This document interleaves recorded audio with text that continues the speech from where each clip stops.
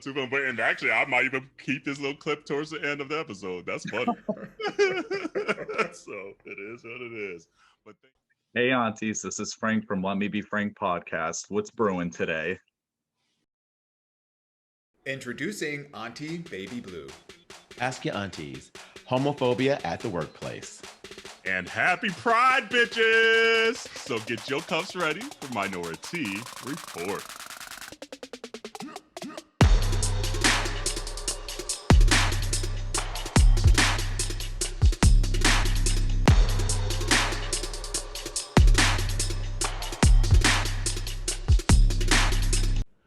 Hey, welcome to Minority Report. It's Auntie Kerel.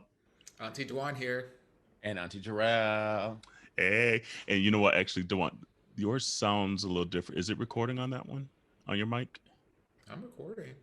Yeah, he sounds good to me. Okay, so maybe.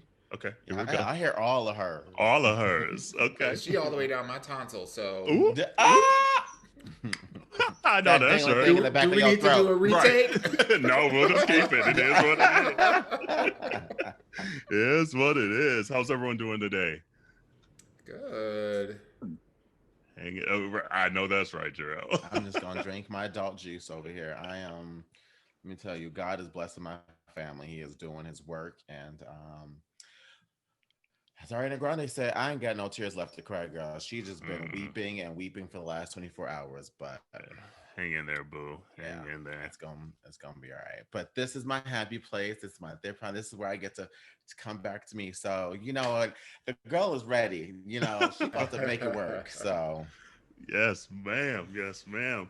Well, community, hopefully you're doing well out there, and we have a special guest today. And before we, I guess, tell all his tea and everything like that, what's your guest auntie name? I am Auntie Baby Blue tonight. Okay, now. Ooh, that's 2 weeks in a row with the blue drink. I'm blue, dabba dee dabba die dabba. For some reason, that country song when she yodels blue, like that's a good one. Yeah, I don't even know the name of it. Right. I can't even. Look, that's one of the things when I be drunk in my home. I'm like, I want to learn how to yodel. Yeah, that I think Leanne Rimes had remade it when she was young, and it blew up. Yeah, that's a good song. I do like that country song. But anyway, okay. So blue, what's a baby blue? What's baby blue cocktail or drink? You got some gin. Okay. Blue Morocco, and then grapefruit and pineapple juice. That actually sounds really good. Pineapple juice. Okay. That's like kind of tropical. Right. Yeah. I'm a little tropical. A little spicy. We can see. Yeah, right. With the shirt. Yeah, absolutely. This floral explosion. Right. Sounds like it might give me heartburn too, though. It's a little acidic. I can do that too. I'll leave it right there. But Frank joins us from Let Me Be Frank podcast. So how long, and before we even get to that too, we will also be on an upcoming episode of the podcast. We're putting that out there, so be on the lookout for that. But so how did you get into podcasting? So I didn't know anything about podcasts until, I want to say not until like 2018, maybe 2019, the beginning. Yeah. Because I had a friend. Unfortunately, we're not friends anymore, but... Oh, damn. Hold on. Before we go past that, what happened? I need an Ask Your Auntie question. Right. What had happened? If you want to share. I'm trying to think, because it's a long story, but long story short, I have like a special rule with myself. There's 2 things that you don't fuck with. And one, it's people I care about. Like, you can say anything about me, but yeah, people I love and my money. Ooh, and that's right. She was fucking with my money. Ooh. It's a wrap. Bingo. Right. It's a wrap. Kick to the curb. There's nothing. Right. You're not coming back from that. No. Exactly. Say less. You ain't got to say shit else to that. We understand that one. Just like work related type thing, like trying to work together and then not working out, and right. Unfortunately. Oh, well. Well, you're still here, so that's all that matters. But she's had a show for, I think, since like 2014. Okay. And yeah, she's been going for quite a while with that. And I started guest starring on her show. I was like, oh, I like this. I was like, this is a place I can really just say whatever I want. I was like, that's cool. And I knew of radio. I was like, it's kind of like radio, but like not, almost cooler, because you really can almost say whatever in most of them. So then I started thinking, she actually offered to me first about maybe co-hosting on her show, because she was looking for some co-hosts. And I was like, okay, maybe I got to think about it and stuff. And her topics were they were usually always pop culture and movies. And I don't watch movies for shit. Like I swear, the last movie I can remember was like Toy Story 3. I didn't even see the fourth one. Damn. Well, you made it farther than me. I think I only saw 2. It's hard. I was gonna say I can't keep up with the movies. I'm better keeping up with music, more so. But so with that, I was like, I don't know if I'd really be like an effective host for that. Like, you're great at talking about that stuff, but I don't know. It was like kind of, I'm trying to think the best way to think. It was kind of like trying to have like Wendy Williams and Jimmy Fallon as co-host. It was just weird. Like, it's just not that's a weird combo. It's like, who had the wig on? Was it Jimmy or was it Wendy? It was Jimmy. It was Jimmy. He's never. I won't go there. There was more than a wig on, I think. Okay, now. But no, then I decided I was like, I'm going to start my own, because I went to school for psychology, and I was like, I'm going to start talking about like some self-help things. And then when I started the podcast, I was kind of doing that. And then I was like, I don't really know what this is. Like, everyone has a niche or a niche when it comes to their shows. And I'm like, I'm not really an expert at anything, really. Like, I have a lot of passions for so many different things. So then my show kind of just turned into, Let Me Be Frank, and just talking open, honestly, about like pretty much any topic that I can really, sink my teeth into. Okay. Has it gotten you in trouble being frank? Yeah.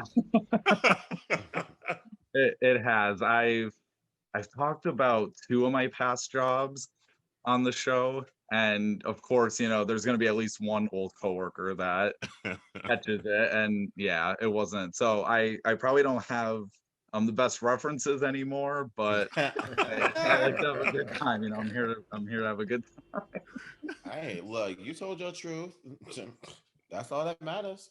That's what it was. And then I guess, and they're like, well, we telling Oz he ain't getting no damn reference from me. What were you gonna say, Dawon? Sorry. Just put Auntie Blue Agave on your resumes going forward. Right. Baby Blue. I'm sorry, Baby Blue, not Blue Agave. If you guys get a call about references, it's the warning. He shows up on time. He always knows his shit. That part. He is honest. He is thorough. Right. Dresses nicely. Easy to work with. Great communicator. Right. That part. Exactly. So what's interesting, at least to me, about you is, and I'm not sure how many episodes you're doing now a week, but if I recall, were you doing like 3 or 4 or 5 episodes a week? It started with the one, like usually normal people do, because we all have really busy lives. Oh my gosh, but she called us normal. Right, thank you. Oh my God, she gives good compliments. Come on now, look. The list. Giving the best The recommendation. list, right. Best reference. And normal. But I started with the 1 episode, then I bumped up to 2, and then I pushed it with 3, and now going forward, I'm going back to 2 because it was just too much. Girl, that's a lot. That's a lot. That's a lot. Look, as y'all talk about, I just look at Kerel like this. Right. I don't have to. After we did those two, like with Jasmine Masters and Quentin from Q Care, I was like, no, don't have it in me, because that damn near killed me. Well, look, our podcast is a lot longer than a lot of people podcasts, so that's like doing like four regular podcasts when it comes down to the editing piece. Oh, it is. Well, my ex-friend's podcast, she never told me how long. I didn't even think to ask her how long the episode was, and it was just audio. So it was like, talking on the phone. It was like a phone conversation. So I'm just talking away, and I noticed the time. Her episodes are 3 hours long. Jesus. Oh, get the hell out of here. What in the shit? No mas. She's doing feature full length films over here with no video. Like, what in the world? It's the Zack Snyder cut. This double feature IMDb profile and everything. Oh man, and I think we lost Jerrell there for a second, but that's okay. See, even he had to go. Right. You heard that he 3 hours. Hell and no. Like, bye. She ain't my friend either. She got to go. She got to go. Fuck her. Sorry. Done took too much of my life already, and I don't even know her. Oh man. Okay. So and she's still going. The fact he said that she's still out there, right, doing these 4 hour marathon episodes. Because like I always say, like editing an episode literally almost double the time of like however long that episode is. And so literally just on the audio alone, 6 hours? Girl, bye. Well, hers I think was live, so I don't even think she edited it. I think it like went out. Okay, gotcha. Still, that's a lot. That's a commitment. That's literally a part-time job. So is that why you cut down from 3? Like it was just becoming too much? Yeah, it was just so much. Like with guests, the only research, I mean, I don't know how much you guys do like behind the scenes when it comes to like researching on guests, because everyone's different, but I don't do a whole lot. I kind of look into their stuff a little bit, form some questions, but my Friday episodes, I have to do a lot of research because it's just me. I have no one to bounce off of, talking about whatever's going on in the world or whatever trending or just whatever. I just have to do, whatever I get passionate about, I just do my research on. And then Mondays was like self-help. So there'd be certain weeks I'm like, well, fuck, I'm in a really bad mood, but I gotta be like, hello, like help. And so I'm fuck, but I'm gonna try to help you. Oh man. And another thing that I found interesting about you is you're an aspiring author. Is that correct? Writer, not author. Okay. No, I have a author. I created an author's website. It has no books though. Minor detail. You got to dress for the job you want. That part. So you putting it out there in the universe, so it'll come. So what's the difference between, I guess, being a writer and being an author? Like, is it just like your author's like is published and you just haven't gotten to that point yet? Or a writer, you're just like, I want to write like screenplays, I want to write TV shows, I want to write whatever it may be? I would say, yeah, I usually think like published with an author. I have a couple poems published in like college magazines, but that's the farthest. Like, yeah, nothing on Amazon or anything like that. No, like another difference is probably like writers are much poorer than an author. Look, she said it all comes back to the coin. On that part. Right. She's like, the way that I define this is how much coin we make. How much coin, right. Ain't nothing wrong with that. So what got you into writing then? Like, have you always been interested in writing even growing up? Or is that something like you've just found recently, like, hey, I thoroughly enjoy this? No, since I was 6, when I was 6 years old, I wrote a whole short story series. I mean, it was bad because I was 6, and there was no like technology. I couldn't look on Google for certain that you'd have to break out the big like encyclopedia if you need that part. word or thesaurus or whatever. But no, yeah, since I didn't, so when I was like a kid, I didn't say a word, like an actual word for mouth until I was 4. I had to go through speech therapy. My mom thought I was deaf because I just wasn't saying anything. And the first word I said at 4 was eggs. What I had for breakfast. She's like, 4 years I've been trying to get you to say mom or mommy or daddy, and your ass said eggs. I didn't know who the fuck that was. That's too funny. Too funny. It's like, It's like, I want eggs. I wanted some eggs, I guess.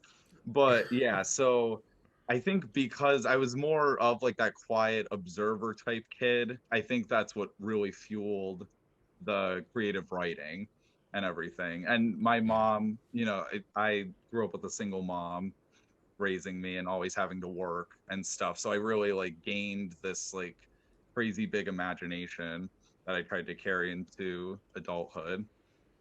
That's nice. Yeah. Like I used to like to write too. Go ahead, Dawon. Oh, I was just curious, like, so now that you've been doing your podcast for a minute now, and thinking back on like your journey, I'm just curious, like, what's the biggest thing that you've learned about your podcasting experience, you know, about yourself, about running the podcast, about your listeners, your journey? One thing that comes right to mind, probably, I think when I was starting a podcast, I was, especially not having a co-host, I was worried that I wasn't going to be able to say enough, because I can say a lot with friends and stuff, but to be like on camera for a show for people to produce to people and get and put out in the world, I'm like, I don't think this is even going to be worth it. I don't think I'm even going to have much to say. And then I hit the record button, and some episodes, it would be like an hour long by myself. I'm like, I don't know how I did that at all, but I'm like, I did it. And yeah, so I guess I learned that I am capable of doing this. And it's cool that, I don't know, I guess years ago, it didn't really seem like many people were podcasting, and now so many people are doing it. And it kind of shows like, you know, it's cool that so many people are not only passionate about it, but that, you know, they are capable of doing it. Like, it's not the scariest thing in the world to, you know, speak to others on like a platform like this. Yeah. What, I guess, so like you give advice, what has been the greatest advice that you've been given, or maybe a piece of advice that you've been given that you've been able to share with your listeners? That's a good question. One of the hardest lessons for me, and it was probably one of the last mindful moments I did, was giving without expectations. I'm a huge giver.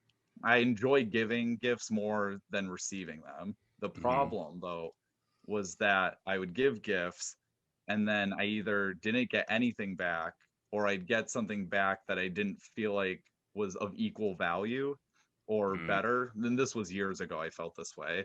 So I would almost hold this resentment against friends and against people over like just nothing really. because at the end of the day, you can't expect, you just can't have expectations behind giving. Like, if you're giving to someone, it should be because you really want to do it. Right. Yeah. Okay, no. That is a word. Mm-hmm.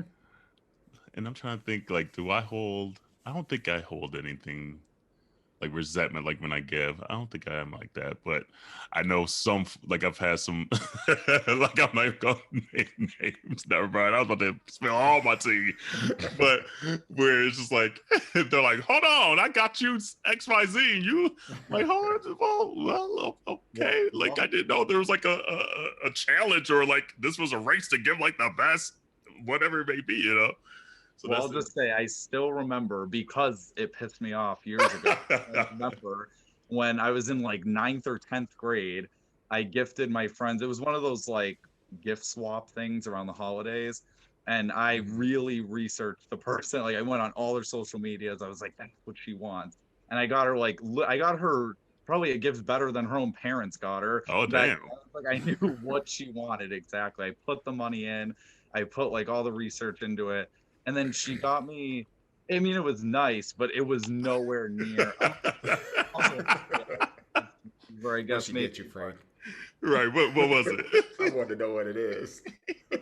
It was like I'm trying to remember her. I remember my gift. It was so insignificant you forgot. Well, because after she gave it to me, she told me how much it cost, and that pissed me off. That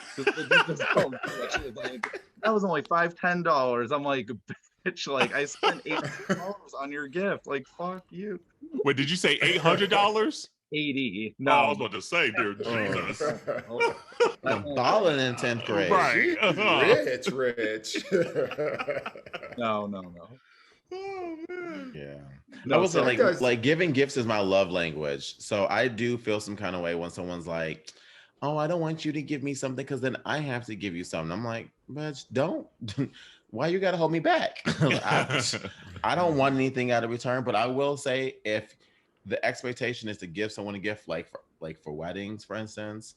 I don't know if I shared on the podcast one time, but I was in a wedding and I got socks and a bag of beef jerky as a gift. Oh, see, yeah, I'd be. Dawon, you okay? Yes, for being in the wedding. Being in the wedding, and Are then you it still cost. friends with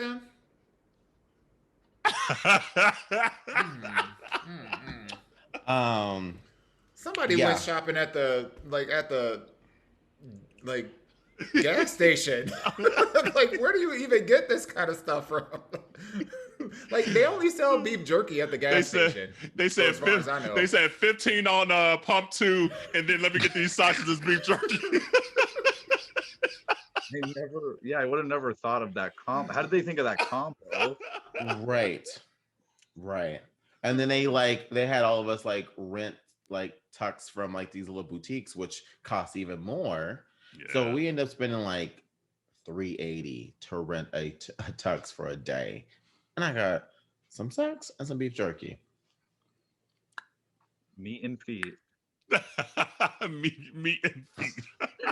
I've seen that porn. Bro, I was about to say I saw that the other day on Pornhub. Oh, meat and feet. Before they took it down from Pornhub, you know. Yeah, right. Oh man.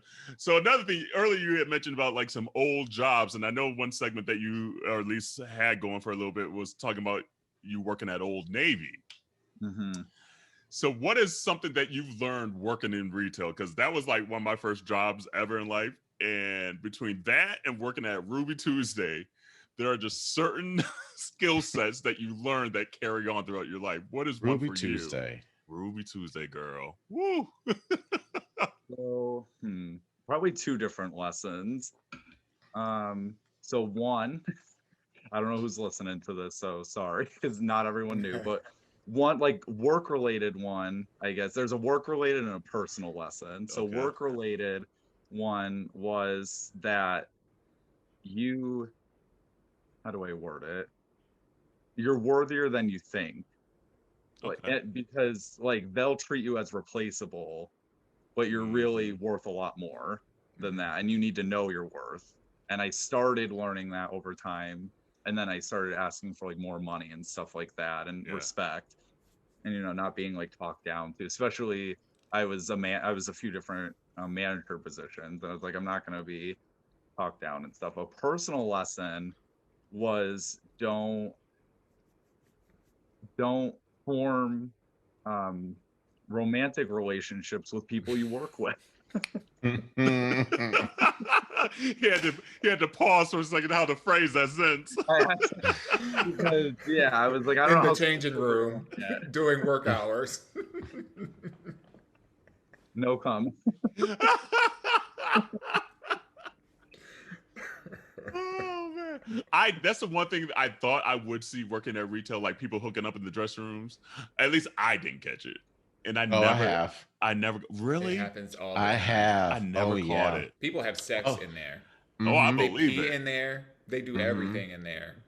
Yeah, and it's funny. So I worked at Aeropostale, and they got those because of the fact that they have been catching people like having sex in the fitting rooms, to be more transparent, like they got these like real like automatic like glass like doors. So when someone stepped in, like they went gray, so you can never see in them. But when someone wasn't in there, then they will be open. So it will be see-through, so so it was open.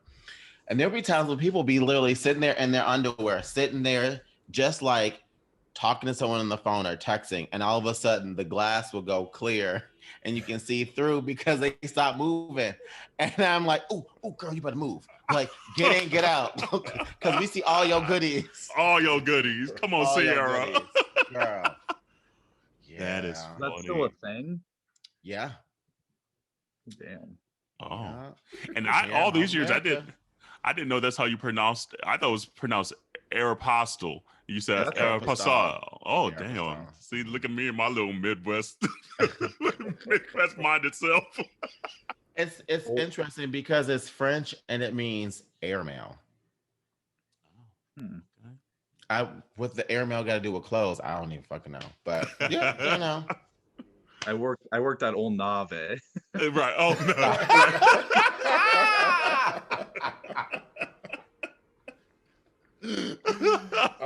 I think you just started a trend. Love it. Right there. That goes right up next to Tarjay.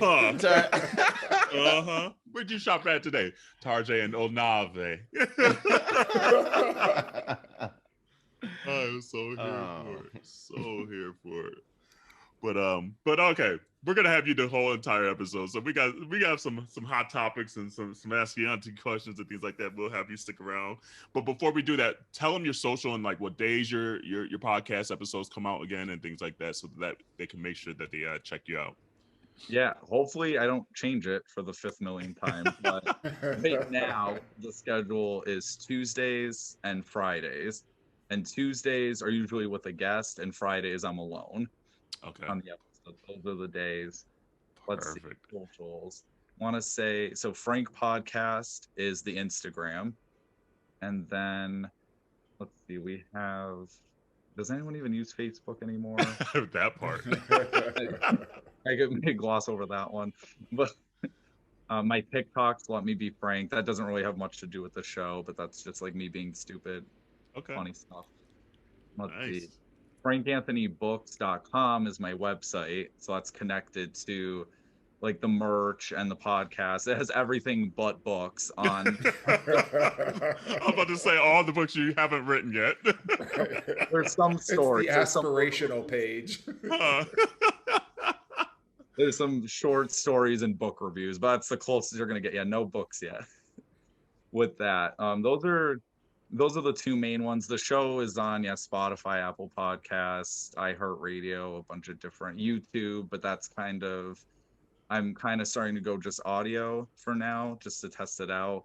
But okay, yeah, because YouTube has also Let Me Be Frank. Well, community, make sure you subscribe and check them out, leave them a review and all that good stuff. And if you have a juicy question to ask him, because I know you like to give advice and things like that, definitely shoot him a message and he'll be sure to answer it on this episode. And again, your aunties are going to be on an upcoming episode, so I'll be on the lookout for that. But in the meantime, did y'all see Simone Biles and her like 9,000 flips she does in the air? Her Double Yurchenko? Girl. Yeah. Pike. It's the shit that the men's are doing in men's gymnastics. And they barely do it. That part. Yeah. They like, that one's too hard. I ain't doing that one no more. And it was funny to just watch it because, like, obviously during the competition, she kind of over-rotated it, which is insane. Yeah. But during, like, the warm-ups, like, there was one where she literally, like, stuck that motherfucker. And I was like, how, Sway? Yeah. How? And the fact that she could still even over-rotate just shows how much power within her being. and talent within her that she has. Like, it's insane. some people are like barely edging into the full double rotation, barely making because they're too piped over, and so they end up losing points, like 2/10 of a point or even half a point, depending on how under rotated they are, you know. And she's hopping back like, and then some. I couldn't take it. I was like, this human being is incredible. Like, Frank, do you like the Olympics and everything like that, Frank? Like, are you gearing up and looking forward to it? Honestly, no. I don't. I watched it once. Anyone that can do more than a front roll, because I can't do that, is impressive to me. I know that's right, because I'm like the least flexible human being. My brain can't even wrap around. Like, I can't fathom how to even start to practice that. I'm flexible when it's important. Oh, I know that's right. Okay. I know that's right. And his OnlyFans is right. Right. I'm about to say, Let's and when get is that, Frank? Tell all the tea, Frank. I'll say if you see I'll name myself Baby Blue. There you go. there you go. I know that's right. Shit. Oh man. And then so like we have like, so that was like what, the GSK that was like the GSK tournament. Then they had the US Nationals coming up. And then that gives you the chance to be on the spot for the actual Olympic team. So there's a lot of gymnastics coming up here in the next literally month. Yeah. And there's a bunch of melanated girls too that I love seeing. I'm just like, oh my God, just keep the camera on them. Like, I just wish there was a way to like just to follow a specific athlete. That's exactly who I'll be following. Like, because Jordan Childs was looking good. I was like, she's gonna finally make the team. Starting to get her consistency. And I mean, I hate to say it because the people who were in charge before, they used to ding her for being too thick. She was thicker than all the other girls. And now she's just really embraced it and be like, I'm just gonna prove y'all wrong, which has been changing the way gymnastics is supposed to look, or female gymnasts are supposed to look. So I'm here for her. I absolutely love her. Yeah. And I also just have to point out, is it Krista Memo or Chelsea Memo? Yeah, Chelsea Memo. Yep. So she came back and she did a couple of rotations in there. She was in the Olympics. At 32 years old. 32 years old. Yeah. Yeah. And two kids later. 32 and 2 kids. That's like the big thing, because like that just changes your body, you know? And she's still out there flipping. I watch her YouTube channel. I do too. Me too. I'll be sitting rooting around. I'm like, come on, mama. Come on, mama. Right? And then we got the French Open coming up. So let's see how Serena does, because she hasn't been looking that good lately. Neither has Naomi. Both her and Naomi have not been doing well on the clay court at all. But you know, Coco, I see her winning Parma. She won the singles and the doubles. Yep. And she's the youngest top 25 from the US since Serena in 1998. Wow, I didn't realize that. Did not realize that. So it's just that time of year, at least for me. Like, I know Dawon's probably like, okay, but you like I watch tennis. But it's that time of year where I'm like, okay, it's like NBA playoffs, it's like tennis, like left and right. This year we're gonna get the Olympics right after that, so I'm gonna be all sportsed out and be like happy as shit by the end of the summer, because I'm watching it all. I forgot who I was talking to that say they listen to the podcast, and they came for us because I was like, oh, we talk about sports. They're like, y'all don't talk about sports. Y'all talk about Serena. So just so you know, we talked about some gymnastics as well. And we talked about other people other than Serena. Right, exactly. Well, clearly they have not been listening to a lot of episodes because we do talk about quite a few sports on this. Exactly. Because those are the moments where I'm the quietest. And she found something to say now. Right. That's funny. But yeah, I'm watching the NBA playoffs. I'm watching it all. It's great. But it's everything. How do you guys feel given all the fact that all the sports are starting to, like pop up again and players are actually able to play, and now they have people that are coming back to stadiums? What are your thoughts around that? Like, as all of these cities are, well, I mean, Atlanta's been open since. Yeah. She been busting it open, ever since the clap came. Right. Seriously. Never closed them legs. Closed. But close your legs to COVID. But how do you guys feel about like just the state of, like these sporting events and the fact that they're allowing a lot of people to congregate and participate in these environment where we spent the last year talking about don't be near me? Better them than me. I think they're nuts. And that and the whole like honor system with the vaccine thing, like they're nuts. Yeah, like it's like I went to an Atlanta Hawks game maybe 3 weeks ago, maybe a month ago now, and they only allowed 3,000 fans into the stadium. And it was interesting because they pipe in now a lot of stadium noises and audience noises and things like that. So you felt like there was way more than 3,000 people there. So that was kind of interesting. And they were diligent about like making sure your mask stayed on. Like even like say like I took a sip of my drink.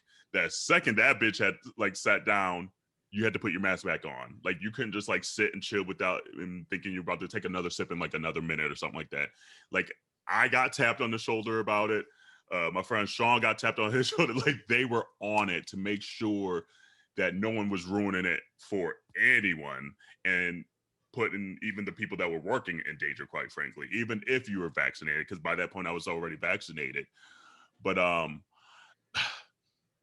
mean, the honor system, I agree with Frank. Like, I don't know what that means because people aren't honest. So it's just like, it's just bullshit, quite frankly. It's like, you might as well open it all the way up at this point, quite frankly. No pun intended, quite frankly. But yeah, I feel bad for places like Tokyo, like, because it seems like their cases are still going up, and here comes like a shit ton of people for the Olympics. So I can see if I lived in Tokyo and a lot of folks there are protesting the Olympics, feeling a kind of way like shit, like we're trying to just make it, and now we got hundreds of thousands of athletes coming here, and like people, cameramen and sports it's just like I don't know I don't know. I kind of feel like our governments are all like trying to like just open up for summer, knowing that our ass is gonna be locked the fuck back down by the time December comes around. You know what I mean? Honestly, like yeah. I feel like when the CDC said, came out with a release that says, and when you get for those that are fully vaccinated, you can no longer wear masks. You're no longer required to wear masks unless, the establishment requires you to wear them. In my mind, I'm just like, this is some bullshit. Like, we've been hearing 70% herd immunity this entire time. We ain't nowhere near that. And now all of a sudden, that's like me when I'm on a diet, and I'm trying to lose a little something on the side, and then I'm like, okay, well, I'm gonna like, try to lose like 10 pounds, and then I lose like 2 pounds, like, no.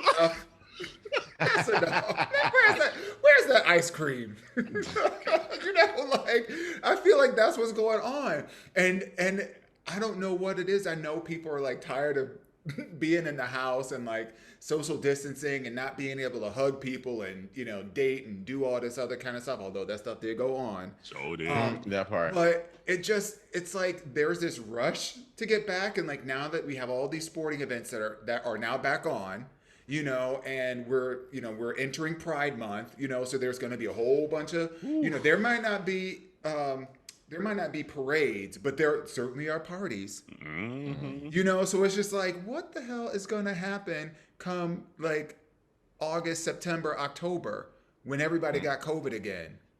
That part, I'm telling you, I'm waiting till September 7th. September 7th was that Tuesday after Labor Day. I'm waiting for the CDC to be saying right there on that day, bitch, get your ass in the house. Exactly. September 7th, that's exactly how it was going to go. And places, everyone, we're back. Oh, right. And we're back. That's literally how it's going to go. I hope not. Yeah. I mean, there's no way for it not to. I mean, I was explaining to someone before, I was just like, here, at least in Washington, it wasn't until April 16th where everyone, at least from the age of 15 and older, had became eligible for a vaccine. April 16th. And it was like May 5th or May 8th or something like that, where the CDC said, if you're fully vaccinated, you don't need a mask. Like, they didn't give it enough time for people to still need to go and get to understand that it wasn't important to go get the vaccine, just to do the little stuff. You know? Yeah. They didn't wait enough time. And now people are like, oh, I was thinking about it, but now that ain't nobody checking for me, who cares? Yeah. Frank, like, is there something that you missed over COVID that you're looking forward to, like, doing? Or you're just like, I'm still not trusting anything right now? And you can give his name if you want to.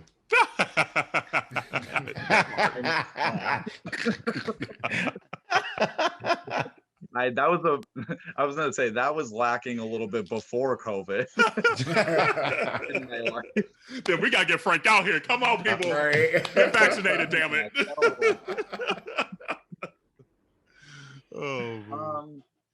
It's gonna sound kind of nerdy, but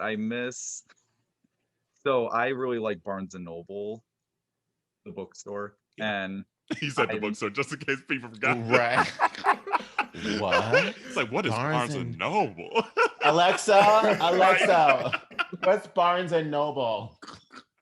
You never know if there's more than one, you know? It's true. Barnes and Noble, the strip club. Who knows? Oh man, that's so true. But yeah, no, I miss, so with that place, because of COVID, the like sit-in areas and stuff, the cafe, or just sitting in there in general, you can only sit there for 30 minutes at a time, and then you have to rotate and stuff. So I just miss being able to like stay in a place and not like get kicked out. Yeah. God, that's cute. That's a nice answer. I know, like, I'm over here like, damn, I miss going to the club. I miss going to She gave us like a pageant answer, you know, like. I mean, I was gonna say, I do miss the strip club. Right? Okay, like, that's what I'm talking about. Right. Welcome to the party. Okay. Okay, Auntie Baby Blue is back. Okay. You can unbutton one more button in that shirt. Exactly. That is too funny. But yeah, Auntie Baby Blue at that place, the shirt was like backwards over on someone else.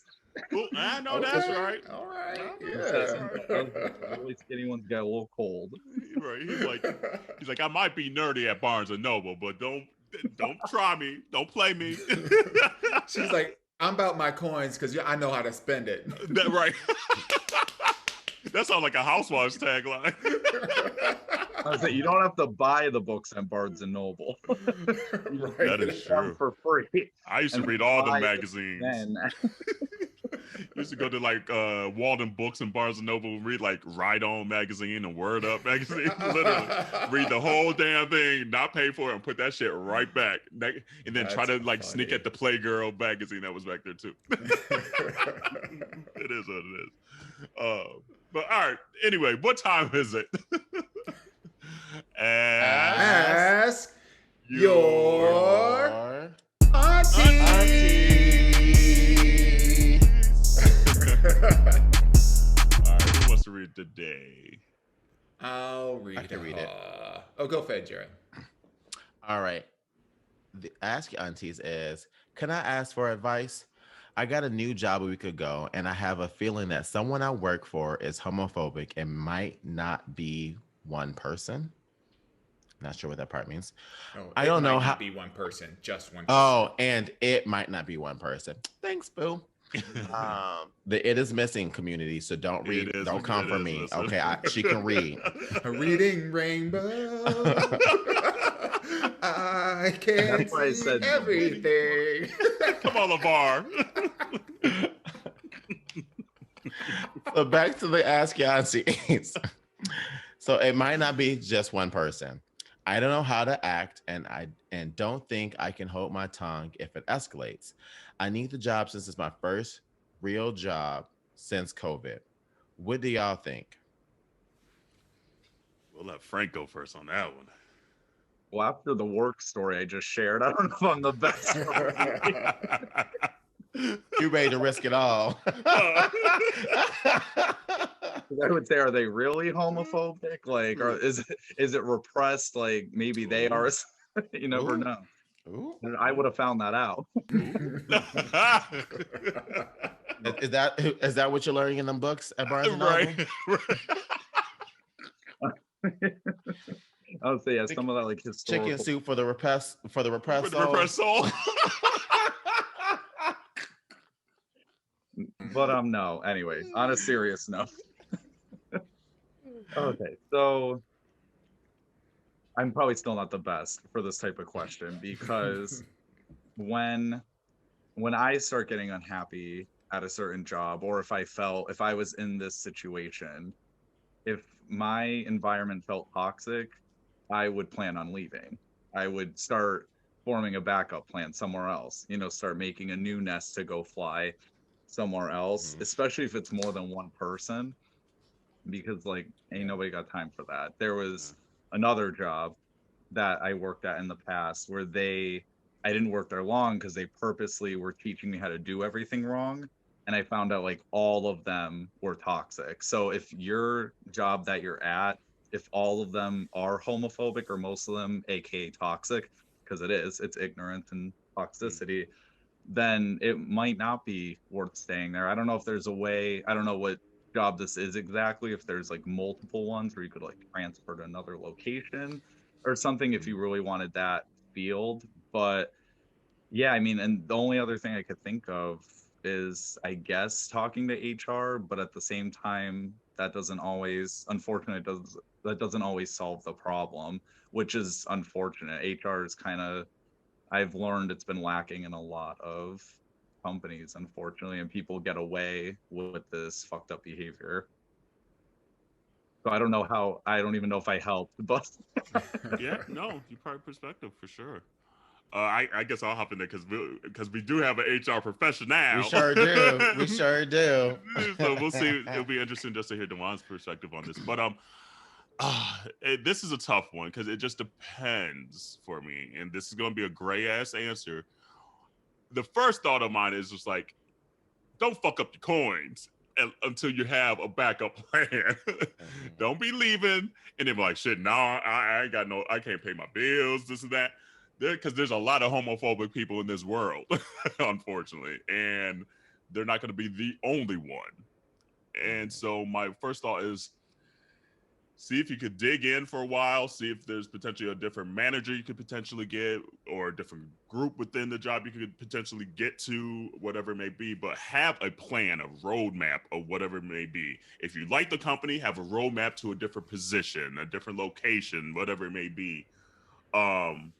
Two, I agree. If it's that toxic and they aren't your HR professional, because it could be an HR professional who's doing it, whatever, but I would see what regulations and rules you have and how to approach it that way, and make sure you do it in a correct way, maybe documentation, things like that, because there's going to have to be some kind of proof potentially, because it might become a he said, she said, they said situation. And then if it really is messing up your mental, I agree. You might have to leave, quite frankly, because they might be in a position where people like them better, unfortunately, whatever it may be. There's like a lot of situations that play out where there's just a lot of politics especially like in corporate America that I've seen. Like I've been in positions and jobs and roles where it was hell going to work every day.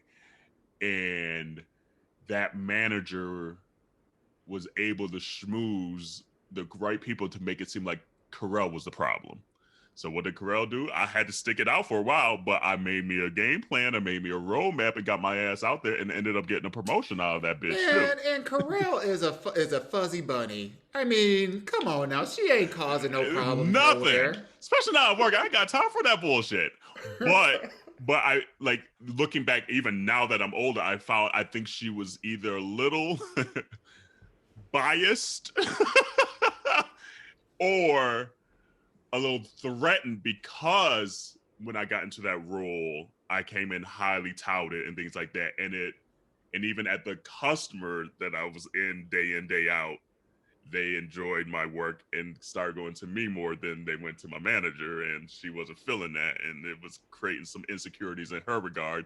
But she had power over me because she was my manager. She was literally my direct manager. So that's a whole nother story for another day. That wow, 121 episodes. I guess I haven't shared that one. But long story short, have a game plan at minimum, because you can only control yourself at sometimes at a certain point, and you just getting up and escalating and quitting, that looks bad on you, because if you get fired, then that looks worse on your resume and things like that. So at least have a game plan to make sure that you're okay if you do have to up and quit or up and leave that role. Continue to network, continue to find jobs that you're interested in. But unfortunately, this person might not be the only homophobic person that you run into in the workforce. And that's the reason why my answer is to don't be afraid to speak up. Because of that, because like Kerel just said, this won't be the last homophobic person, and if the game plan for me personally, I think, is to always have a plan B, then you're running from the situation versus standing your ground. And this could be an opportunity to teach that person, honestly. So I would suggest just having just like a cordial conversation with the said person before you get to a place where you're too pissed off to then even be professional with the conversation, and giving that person the opportunity to then respect you. And then if the disrespect comes from there, then that's when I'm going to HR and being like, hey, I even said that this makes me feel uncomfortable, and the person is continuing to still then to do what they're doing. So that way you cover your ground, and it's not one of those, well, did you go and talk to them? Because because sometimes they'll be like, oh, well, what did you do to try to solve or to fix the issue, whatever the case is, because I've been at companies where sometimes management or HR frowned upon you not trying to be a team player or whatever the case is, like having that kind of colleague communication or whatever the case is. So I would say do those two things. But when you go to HR in that moment, that's when I would start having my plan B, just in case it's not resolved in a matter that is good for you. Because in that case, that means not only do that the person you went to HR not have your best interest, but then the company itself doesn't have your best interest. And then that's when you need to be gone, because it could always be a few bad apples that ruin it for a company. That's true. So I don't say just run because there's a person within the company that's making the company look bad. If it's the person and the company, then you need to be looking for the exit. Dawon, I'm interested. I'm gonna give kind of the HR answer, and then I'm gonna give you the real answer. Mm-hmm. The HR answer is, a lot of what you guys said, which is one, understanding. Well, let me take one step back, because we don't know what kind of work environment this is, and so I'm just giving you this caveat to say that I'm coming from a space of corporate HR. But if you're not working in like a corporate kind of setting, if you're like working like in construction, or like for the electric company or the cable company or whatever, where you're on your own and you're riding along in a car with somebody who's like there is no a bunch of other people that you're around. There may be a couple people you interact with, but it's basically you and another person. It's a whole other dynamic. Yeah. And the quote unquote HR is okay. Turn up. Well, yes, this is a very Latin infused neighborhood, so they're shooting off firecrackers apparently. Long story short is, if there is an opportunity to have conversation with somebody within HR, I would encourage you to have that conversation, because under no circumstance, whether a company is public or private, should they be condoning behavior that is creating an environment where people feel threatened and unable to perform. And someone who is demonstrating these kind of behaviors is making it difficult for you to be able to perform. And so I would encourage you to have that conversation, if nothing else, just to understand what your options are in that particular culture and company. The other thing I'll say on Real Street is sometimes we take jobs not because we want them, not because we like the company, not because of what their culture is or all these things. We take it because you need the money. You're taking it because you have been, you even said, this is the first real work since COVID. So, I get that, options are few and far between. So the real answer, if I were in your situation, I would, at this point, I would put my head down. I would do my work. I wouldn't talk to nobody. I wouldn't be with nobody. And in my spare time, I'd be like on the Googler Schmoogler trying to find another job as quickly as possible so I can bounce. And damn, trying to be a culture fixer, like I get what Jerrell, what you're saying is like this could be a teaching moment, but when you're trying to like just make a paycheck and pay them damn bills, anybody got time for that? Like I get it, and I want to be on that side, but at the same time, it's just like if you walk on Real Street, some people just want to work so they can do what they want to do outside of it, and they don't want all that rigmarole, and I get that, but if this is a job in a company that you want to build longevity with, that you can see a future career for yourself, and this is a roadblock, then I would encourage you to kind of explore some of those other avenues. And another thing too, this is why it's so important on a federal level, why the LGBTQIA plus community has been fighting for decades, why civil rights and people, communities of color have been fighting for so long, is because to at least minimally be protected on a federal level if things do escalate to something like a hate crime or things like that. So that's why in these kind of questions we hear this, my mind also goes to like why we fight to ensure that we have equal protection under the law if something does escalate. I just want to take a moment just to point out that I did not give an Auntie Hennessy answer. You did. It was very. You didn't say catch these hands or nothing. Okay. Because typically that's where she would go. Catch these unicorn hands, bitch. Hey, look, I'm just saying. But I will also say this though. I mean, catching somebody outside of work ain't on work time, ain't on work property. Just saying. Be homophobic if you want to. Okay. Might come out and find all his tires flattened. I don't know how that happened. Damn, that sucks. I saw where you were coming from though with your answer too. Like I do agree a little bit with that too, because it can be really empowering, and it'd be awesome if they did somewhat meet you in the middle and understand instead of be ignorant about it, and then you don't have to leave or there's no more problems. Like it would be nice to start, it would be great, like in a perfect world, if we could all understand each other. And I just want to correct myself one thing as far as what I said. I'm not saying it needs to be a moment for us to teach that person because they're the ones in the wrong. What I was saying is giving them the opportunity to professionally correct themselves without having HR to get involved and it become this big thing as well too. Because some people, as I'm learning, common sense ain't common, and so some people need to be reminded that this is the way things should be. There's a reason why we have to every year take those HR compliance trainings every single year and go over harassment and all the rest of that stuff, because some people forget about it very quickly. And so sometimes you might have to remind them, like, hey, you saw Tiffany in that video. Why are you talking like that? They said no. That's not how we operate.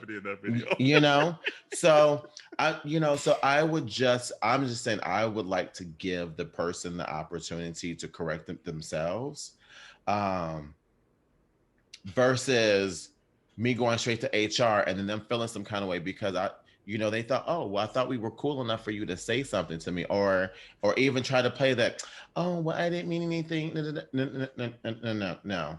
I'm gonna come to you so you know exactly where I stand, and if it continues, you can kiss my black ass, and I'm going to HR.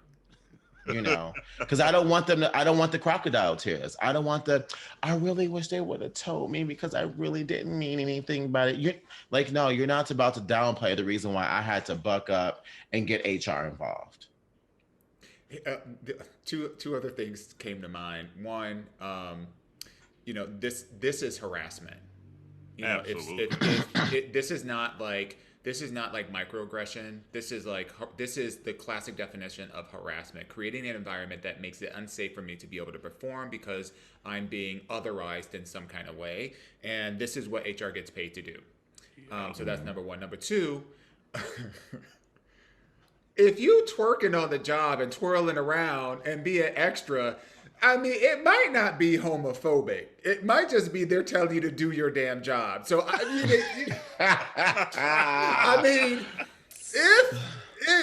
let's just. So sometimes we might just be feeling ourselves, like, oh, let me get Pride Month now. Let me get this TikTok in real quick, and you up there TikToking, and meanwhile, you got your boss over there holding a live wire because you got doing some electrical work, and you over there doing, it may not be truly homophobic.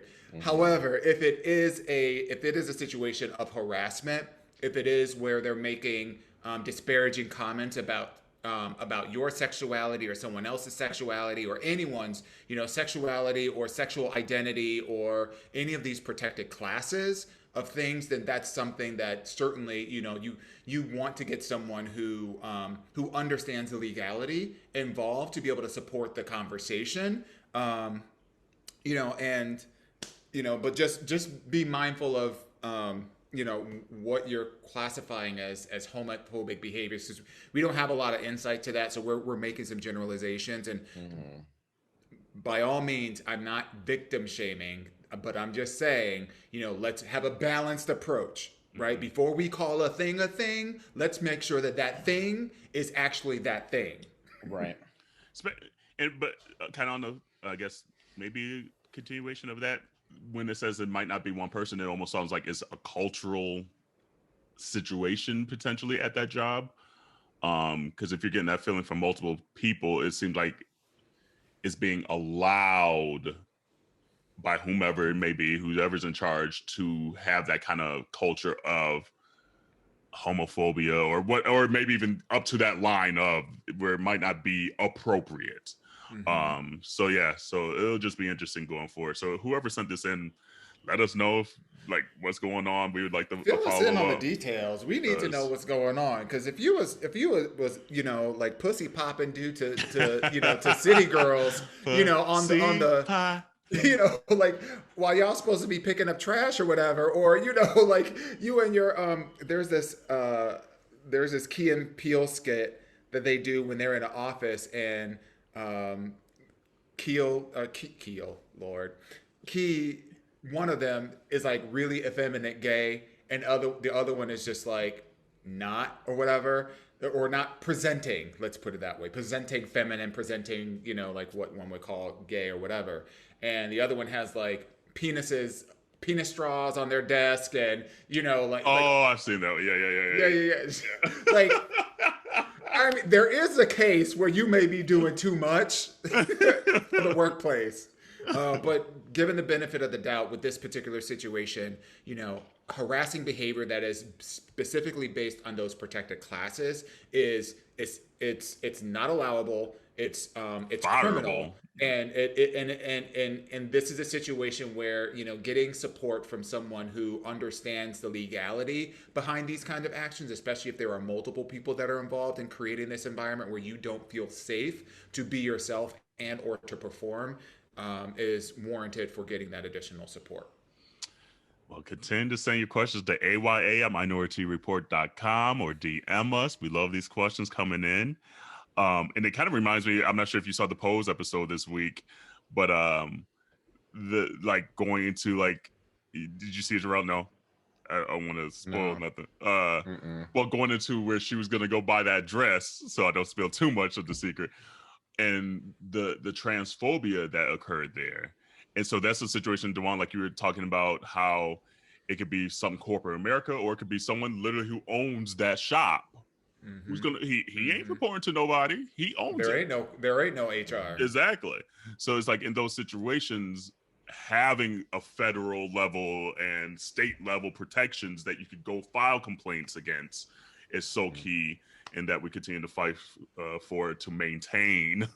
Nowadays is so crucial. And if you don't have an HR, contact your local ACLU. That part. Get some legal representation because they will tell you what to do so that you can get your coins. I'm just saying. Like there are legal ramifications for this kind of like toxicity. So, know your options. And talking about corporate America, let's do a little manager name game. Okay. So Frank, just to fill you in quickly, they've been trying for the last 2 months or 3 months to guess my manager's name based on the situation that was quite funny. Community, if you're new to it, go check out episode Nasty Pig and Fubu, Nasty Pig and Fubu. Nasty Pig and Fubu. That was one of the titles of the episode. So who you guessing today, Dawon? Trisha. And I got Melissa. And do you want to throw out random name, Frank? Jennifer. All right. Did we not throw out Melissa already? See, she ain't telling us. See, she ain't telling us. It's a setup. We ain't. No, you can win. You can't get it. Right. That's what I feel like. You can't get out of the game. We should get like right. If we say something that was already said, because oh damn, we might not remember all of the names. Me either. I'm almost need to. But I kind of feel like we would have said Melissa. See, I don't recall Melissa coming up. Okay, maybe I have been mistaken once before. So I'm going through all the sheets here. Yeah, I don't recall a Melissa. That's a lot of sheets. Girl, we're doing this all year. Literally, I know we might have to cut it short. Maybe by the end, by another like 2 months, we'd be like, okay, we done ran out. By the end of Q2. It's like we good. What's her damn name? Right. Who is she? Right. Oh man, but it is getting into Pride Month. So I mean, first, did you see Lil Nas X on SNL? Split his pants. Yeah. He said, and his face was so innocent too. He said, showed it. I was like, he looks so like in some instances he looks so like innocent in the face. You know what I mean? Like he looks like a little kid, and then I keep forgetting how tall he is. Same here. That's the part. He was literally like a foot taller than like all of his backup dancers. How tall is he? Let's see. Alexa. 6'2"? Yeah. So he's tall. Yeah. Yeah, tall. Yeah, because he was taller than Billy Ray Cyrus. Yeah. So I was like, go ahead. But that's the true meaning of busted wide open. Yeah. Right. Busted all the way up. And again, the same choreographer that did his routines is the one that did all Cardi stuff right now, doing Megan stuff. Like he did the cool off challenge, so the throw it back. So Sean Bankhead, shout out ATL, stand up. But it's just cool to see a gay black man choreographer doing all the shit out there now that everybody's wanting to do the TikTok viral dances and shit. So I'm here for it. But going into Pride Month now, so this episode will come out literally the day right before Pride Month. Have you guys had like a favorite Pride moment or a favorite Pride event that you've done over the years? Or do you recall like your first Pride moment? I think my favorite Pride moment is actually in 2007. I met my bestie. My best friend, Pride 2007. Literally we were watching the parade in Minneapolis. I saw him dancing across the street.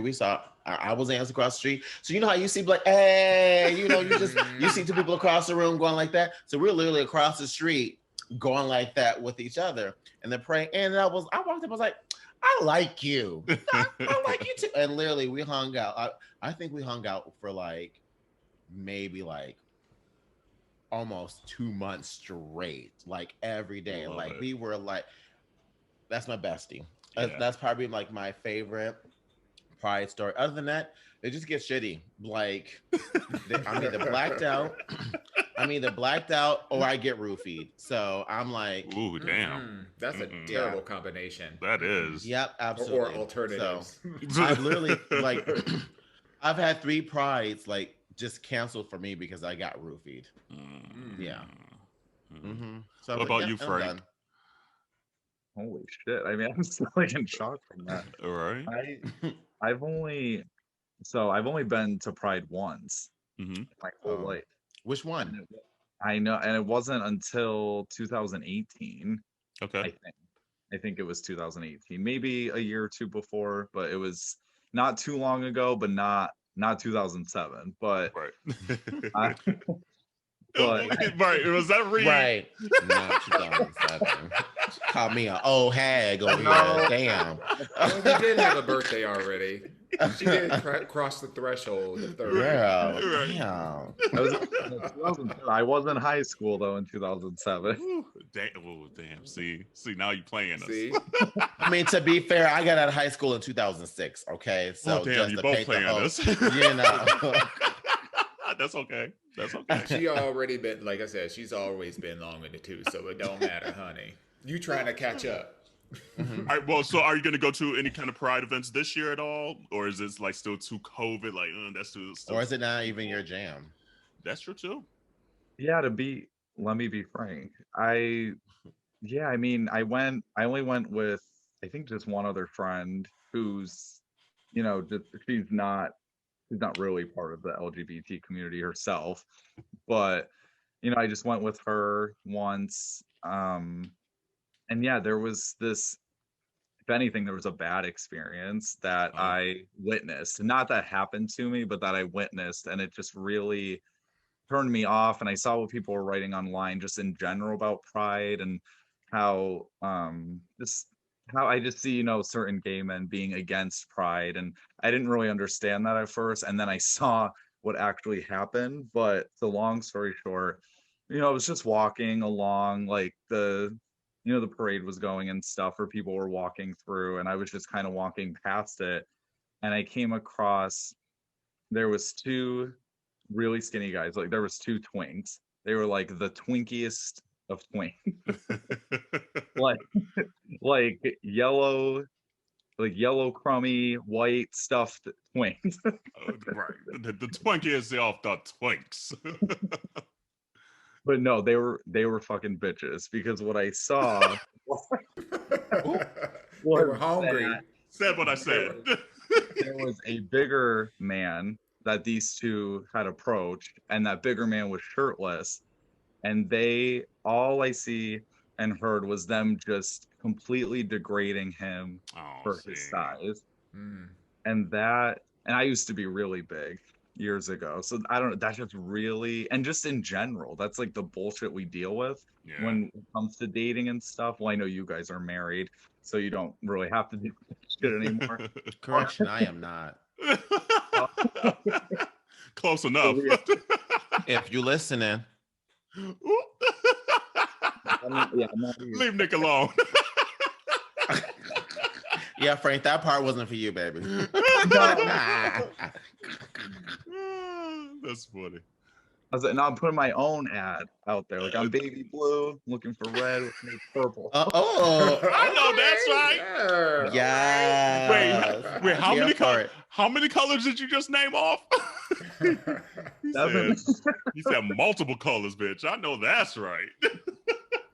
But no, I saw that there, and it just, and I know that's not happening everywhere. I know normally Pride is a lot more accepting, but just seeing that, it definitely put a bad taste in my mouth. And it really showed, unfortunately, how some of the gay community still treats one another. We should be treating each other with more respect and openness, especially the worst fucking place to do it is at a Pride event. Yeah. No, that's a valid statement. That's a valid statement that we always talk about. Just like, there's always those folks, those bad apples that just ruin it. You're just like, come on, like, we need to uplift each other. that's why we have the fucking event, because nobody else was uplifting us. And so we had this event to try to get equal rights and uplift our community. And then you're going to come here and talk about your community? Houseway, come on, fuck out of here. So I mean, that's quite literally the definition of privilege, right? Ooh. You know, like it's you know, pride used to be, you know, a civil protest. Yeah. Yeah, the Pride Parade was a civil protest. It was people who were declaring, you know, because we didn't have rights, that we needed to be heard, we needed to be seen, we needed to be acknowledged, and you know, it was the acknowledgement, the outward acknowledgement of that. And you know, I remember like my first Pride Parade. I remember, you know, like feeling very nervous, you know, about, you know, just being in that crowd, and you know, the fact that you know, that there would be just a lot of other people, albeit around a lot of LGBTQ plus, you know, individuals, but also that there would be a lot of straight people, and what the judgment would be as a result of that, you know, and that felt very, very weird. But you know, Pride is not supposed to be about that. But also, you know, like the Pride event, you know, the parade and you know, how like corporations are kind of like jumping in on and monetizing off of, you know, this whole month, you know, as opposed to really supporting, you know, LGBTQ plus causes and things like that, is just a little disheartening. So I can understand the, you know, the disdain there. You know, and quite frankly, Pride Parade isn't for everybody. I mean, I can't tell you the last time I went to one. I mean, there's like, why? I don't need, like, I'm very happy living my life and doing my own thing or whatever, you know, and when I celebrate Pride with my friends, with my family, with, you know, the people that I care about, that's Pride to me. So I don't need that extra stuff. But yeah, I can totally hear, you know, where you're coming from with that, Frank, for sure. Yeah. I will say the Minneapolis Pride Parade is so much fun because you can drink. And so, like, typically what people do is all the parking lots will be filled with cars tailgating. And so literally people will just have their trunks open and you are it's a tailgate. lit. Yeah, it's a tailgate. So you are lit by the end of that parade. I'm talking about you taking a nap. Like my friends, we have napped in the park of Pride because we were just like, y'all, we going down. So we done. Right. We Mary J. Blige right now. Right. Like literally like 12 of us like cuddle up in the middle by the food area, just like napping on the grass. But we're like, refuse to go home because if we go home, then we're not coming back out to the saloon to go to the block party. Because Maya was performing that year, and I was like, I gotta meet Maya. So I was like, I'm seeing Maya, right? And and the day before they had Escape. So I was like, I was lit the night before because I got to see Escape. Girl, it was, whew, let me tell you, that year. Yeah, I think my favorite, or at least one that sticks out that's memorable, because I still enjoy going to the parades. I still like going out like that, just because I don't know, I just like the environment and it's fun. But 2015, it was like my last summer in Chicago, and they had just passed the marriage bill for the LGBTQIA plus community. So that particular year was just like something, it was like a party, but it was still palpable of just like, wow, we fought for this shit, you know? And so it was like a nice combo of it being the party and shit like that, but also saying, damn, we fought and now we could get married. Like, so it was just extra emotional and everybody was just extra lit, and it was just like prime time, summertime shy to me. And like, just I remember like, because I was like on a rooftop and things like, it was just like, there was just something about that time, and I just knew it was like my time coming to a close in Chicago as well. So it was just a lot of emotions and just fun, quite frankly. So that's probably one that really sticks out for me of all the Pride parades and shit I've done. But I even remember the first one I went to, and yeah. So it's interesting. Like, it sounds like Chicago's Pride this year is pushed to October now. So they're gonna do the Pride Parade later in October. Are they still doing it downtown instead of through what are they calling it now? East Lakeview. Well, I think they're gonna still do it the normal route, but I think they have like the Pride Fest that's now in Grant Park, and I think it's like $75 to get to it and shit. Like it's totally like corporate now. Yeah. So, I know. I'm not gonna lie though, 2019 Pride here in New York was the 50th Yeah. anniversary. That was like we had a little auntie reunion. Woo! Kerel came into New York. It was a lot. Like that was a lot of fun. That was a blast. That was that a whole lot of weekend fun. was a Issa, blast. remember you and Issa came over and we were playing with the wigs. I remember that FaceTime. I remember that FaceTime. And I think I have a screenshot of that FaceTime because like Jerrell had his little crop top hoodie on. Yeah, I was in the bathroom showing my crop tops off. That's right. Yes, that's probably ooh, is that my favorite? Like now that I'm thinking, like, that was a good one. weekend. That was a good one. That was a good one because it was the 50th fun. anniversary of Stonewall, which was the impetus for the Pride parades altogether. Yeah. And so all throughout the entire city, New York City at least, all throughout the city, there were tons of There's shit amazing, going on absolutely amazing events. I remember I was working for American Eagle Outfitters at the time, and they have a store that's in Union Square that's really deeply connected to to NYU and a couple other universities, and they had a space upstairs where they were showing like classic gay films like Paris is Burning. There's like two others that I'm losing, but it was great because you just had all of these really fantastic events. There were like poetry readings and Lady Gaga didn't perform. She got up there and spoke and didn't perform. I'm like, she got up perform. and it was hot as fuck. It was you remember so hot. how hot it was? We were just it was like so damn. We were baking. we were like pieces of toast in literally like the toaster oven. It was waiting so for her to awful. perform, and she just gave her, and I'm glad she came. But we're like, bitch, you see all these gays out here wanting your ass to perform, and you ain't give us a little rah, rah, rah, rah, nothing. But anyway, community, happy Pride. Happy Pride. Stay safe out there. Frank, we thank you so much. Yeah. Thank you so much for hopping on. Bill. You are welcome anytime. Throw them your social and everything like that and the name of your podcast again so they can make sure that they follow you and subscribe. Yep. So Let Me Be Frank with Frank Anthony is the name of the podcast. You can find that on Spotify, Apple Podcasts, iHeartRadio, YouTube, Anchor, all those. It's on a bunch of different platforms. And frankanthonybooks.com is connected to everything. Frank Podcast is the main Instagram for the podcast. Awesome. And don't forget your Grindr and your OnlyFans. Drop that in there too. Right. And Baby Blue's looking for a red, a purple, yellow, and a green. Exactly.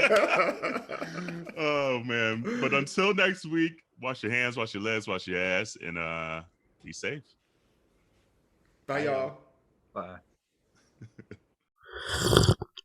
Awesome. Yeah, definitely. I realized, of course, after I partially lied about my Pride answer, I realized not about that story, but there was one more time that was actually like a better, because it does happen in New York, right? Yeah. So I think for Old Navy, I think I was in it. I just didn't know that was fun.